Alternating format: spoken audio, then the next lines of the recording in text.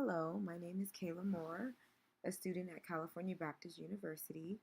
The topic that I chose to further research for this research project is how does poverty influence youth street crime? Before beginning any research, my initial question was, does poverty cause crime? I have always known that poverty and crime were closely related. This intimate relationship has been described by experts from all fields, from sociologists to economists. In most cases, when governments try to deal with poverty, they often also have to face the issues of crime as they try to develop their country's economy and society. There have been many controversies pertaining to whether there is an actual causation when it comes to poverty and crime. Why is the topic of the relationship between poverty and crime interesting or important? Crime exists everywhere in the United States, in both rural and urban areas, in the East and the West, and among all types of people. This has led many government officials, especially those in urban areas, to focus heavily on the reduction of crime and has led others to speculate on the factors that influence the amount of crime and how those factors can be controlled and or remedied. In the United States, urban crime is often assumed to be a problem in areas with high poverty levels. This may be the case, however, many have explored the ideas of there being other factors, such as unemployment, population density, minority population, age distribution, and locality in the United States. These things are observed to be correlated with crime and affect poverty as well. If and or when these factors are controlled for, how much does poverty affect crime? This topic is important because knowing more accurately how poverty affects crime can help us know if focusing on the reduction of poverty can aid in crime reduction, or if financial assistance and efforts should go to other areas. It amazes me that researchers have compiled decades of theories and claims about teenagers and their supposed risk taking, impulsiveness, brain deficiencies, and crime proneness, but no one has really examined whether these are due to young people's low socioeconomic status and not simply their age. Contrary to popular belief, according to the American Psychological Association, children from a family living below the poverty line are at a greater risk for behavioral problems such as impulsiveness, aggression, ADHD, conduct disorder, and other emotional problems such as anxiety, depression, and low self esteem.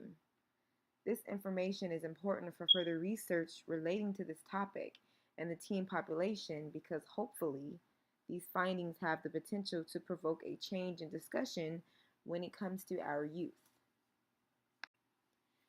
Before conducting my own research, I came across 5 scholarly articles that were related to my research topic.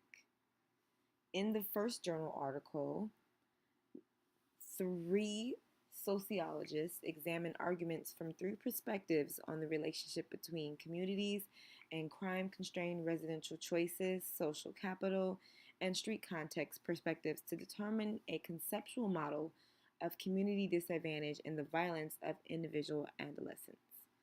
More so, they proposed that status characteristics like race, poverty, and female headship restrict the residential choices of families.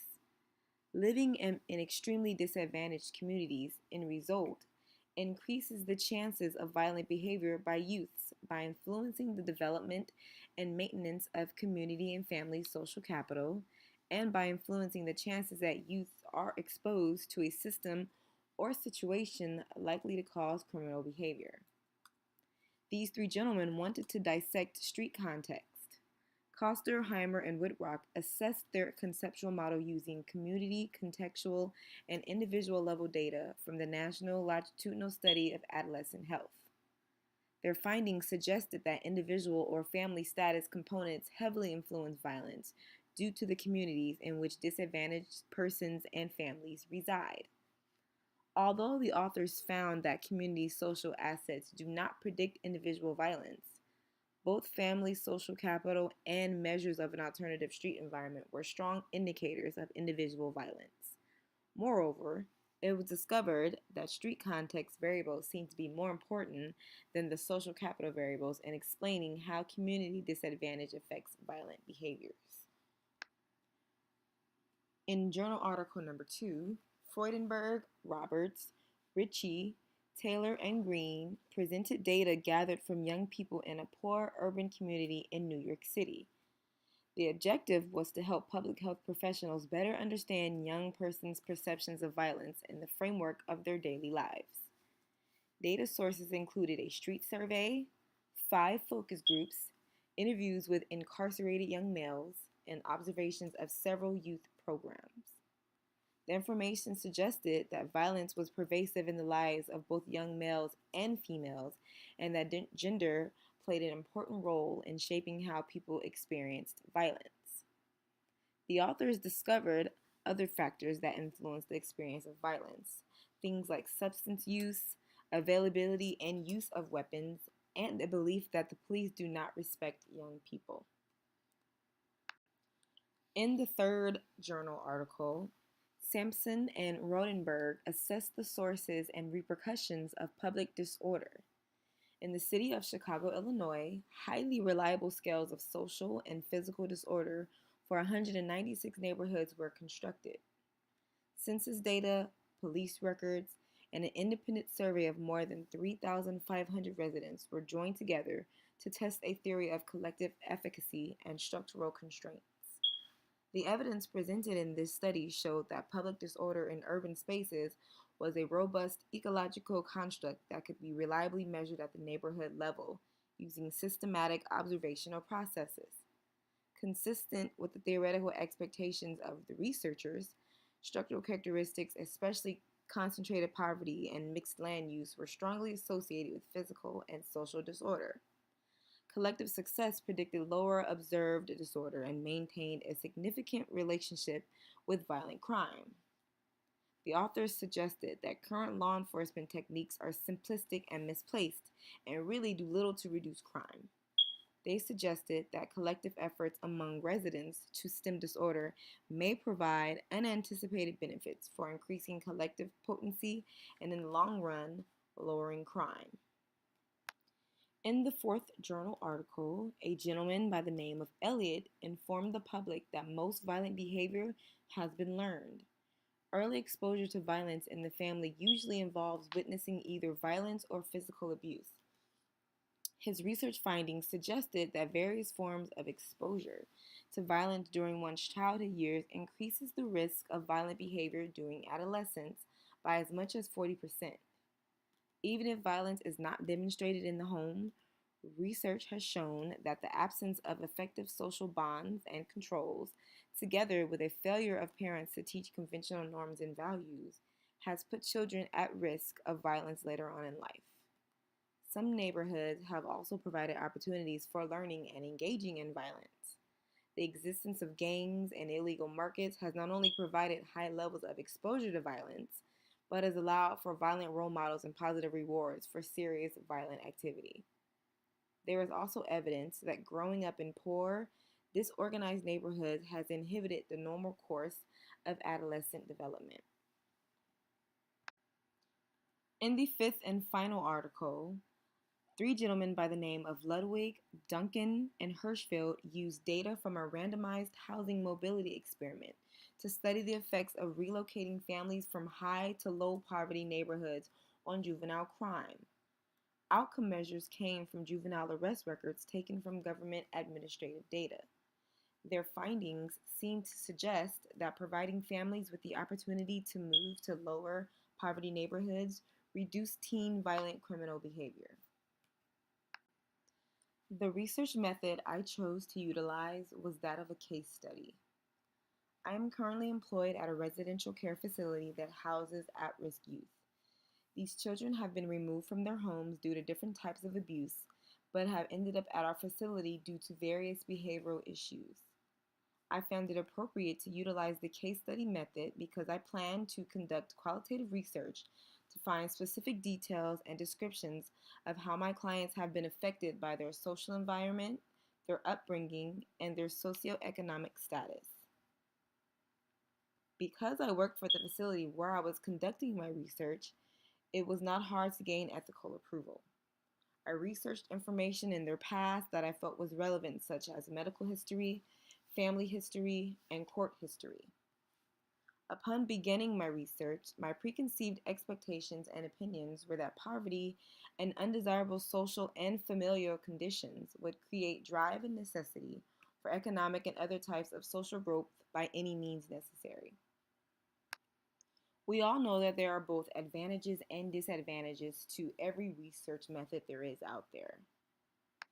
A common criticism of case studies is that the data collected cannot necessarily be generalized to a wider population.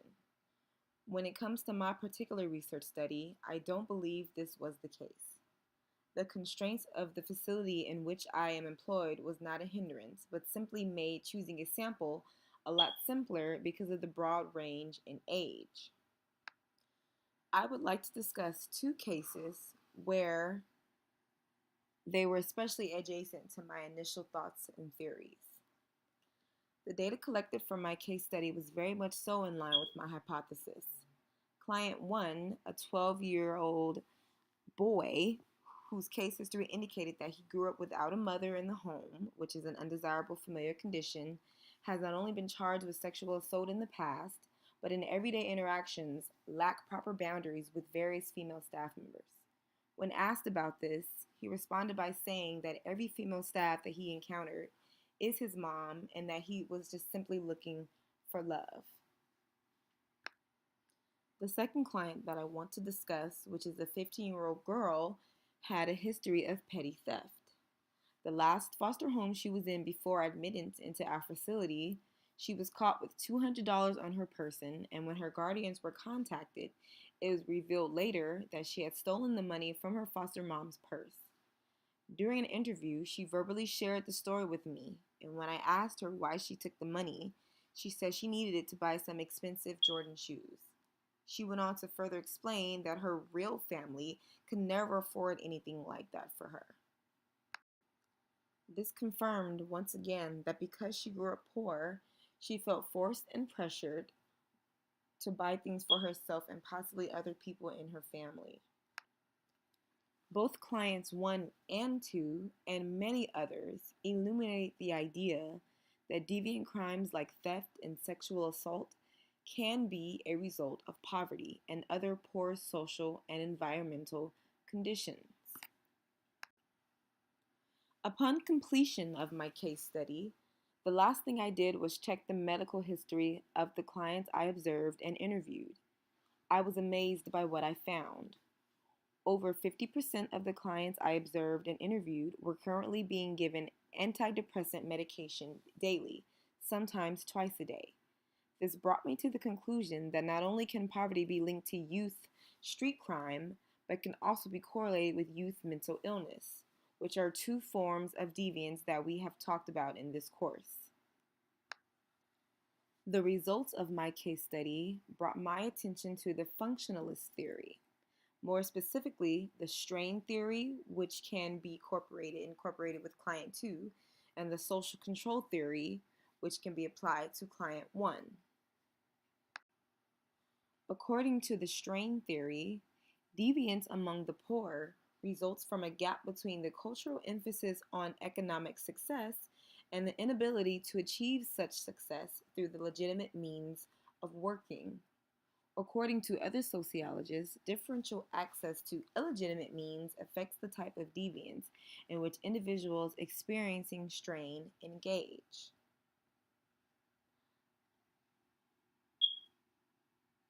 The social control theory explains that delinquency results from weak bonds to conventional social institutions such as families and schools. These bonds include attachment, commitment, involvement, and belief.